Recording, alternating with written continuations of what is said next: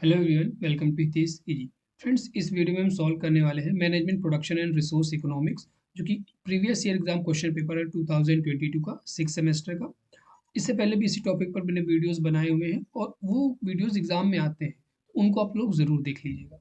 Question number 1, if the increase और decrease in one product increases और decreases other product, the relationship between the both the product is. जब कोई एक product दूसरे product को increase या डिक्रीज करता है उसके प्राइस में, तो उन दोनों के बीच में जो रिलेशनशिप होता है वो कैसा होता है? कॉम्प्लीमेंट्री होता है, सप्लीमेंट्री होता है, कॉम्पिटिटिव होता है, सिम्बायोटिक होता है। ठीक है, so the relationship between them is complementary. Option number A क्या हो जाएगा?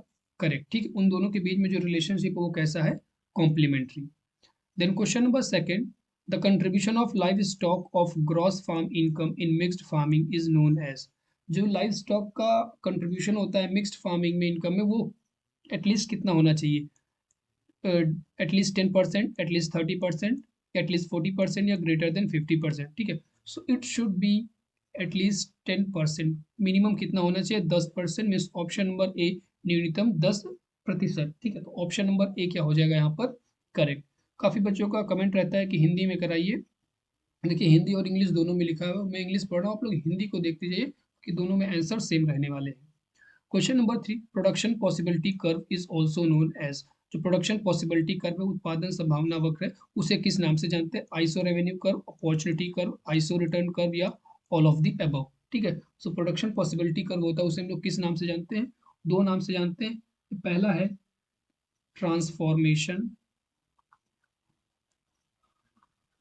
ठीक है, ट्रांसफॉर्मेशन कर्व, इसको याद रखिएगा। तो दूसरा opportunity curve. Option number B क्या हो जाएगा? Correct. Production possibility curve is also known as opportunity curve और as well as transformation curve. Then question number 4, if delta y1 to delta y1, yield का इसका मतलब है कि change in product price multiplied with change in yield. ठीक है, change in product price multiplied with change in yield is less than, same चीज वहां पर कहा है, for higher production the farmer should prefer to grow. किस चीज को ग्रो करेगा? तो जो सेकेंड वाली क्रॉप। ऑप्शन नंबर बी क्या हो जाएगा? करेक्ट। ठीक है, then question number 5, who is known as precursor of crop insurance scheme. इनमें से कौन है साइंटिस्ट है जो कि जाने जाते हैं precursor of crop insurance scheme? Benjamin Franklin, doctor M S Swaminathan, Yasser Arafat या एम के गांधी। ठीक है, सो ऑप्शन नंबर यहाँ पर ए क्या हो जाएगा? बेंजामिन फ्रैंकलिन, इनको जाना जाता है। ठीक है, father precursor of crop insurance scheme, क्योंकि इन्होंने थोड़ा बहुत काम किया था क्रॉप इंश्योरेंस, फर्स्ट आए थे जिन्हें लेकर आए थे इन्होंने। Question number 6, within the ridge line the products are complementary, supplementary, competitive या antagonistic। ठीक है, रिज लाइन में जो प्रोडक्ट होते हैं वो कैसे होते हैं? कॉम्प्लीमेंट्री होते हैं, सप्लीमेंट्री होते हैं, कम्पिटिटिव होते हैं, antagonistic.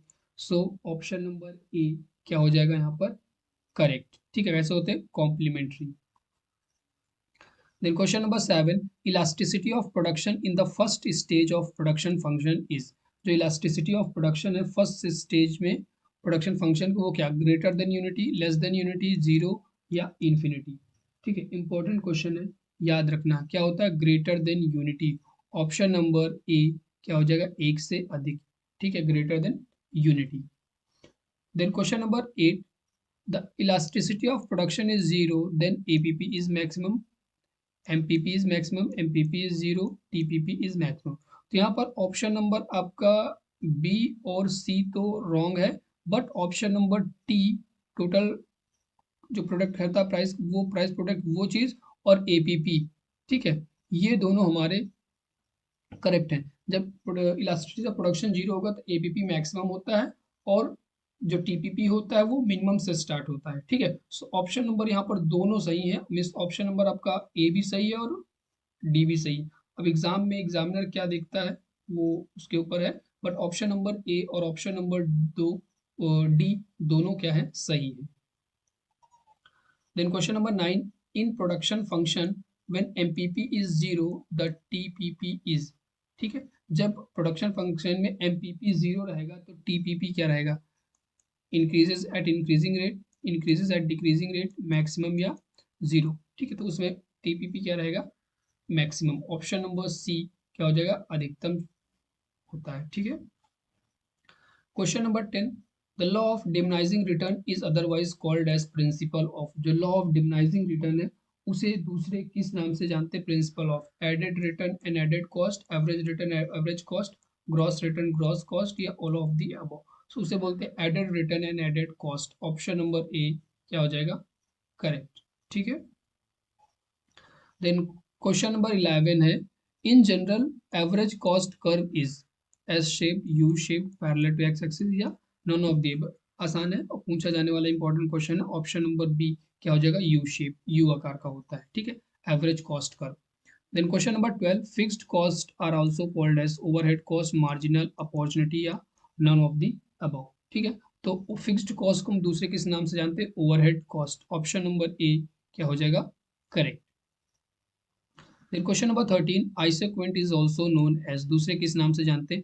Product indifference curve, production possibility curve, iso revenue curve, या price line.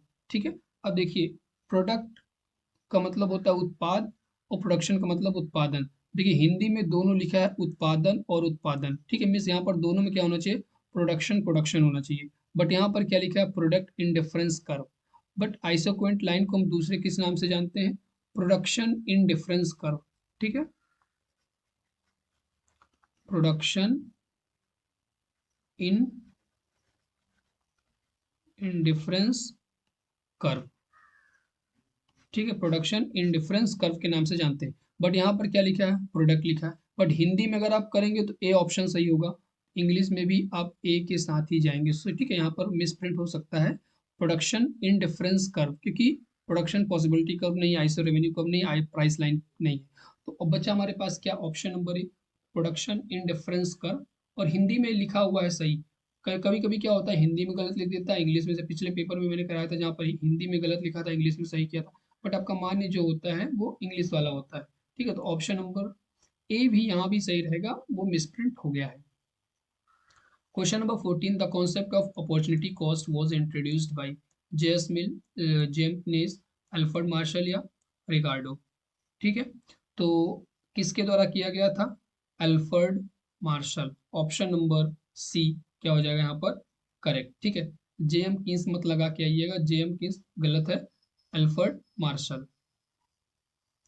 Question number 15, greater risk is involve in which type of farming.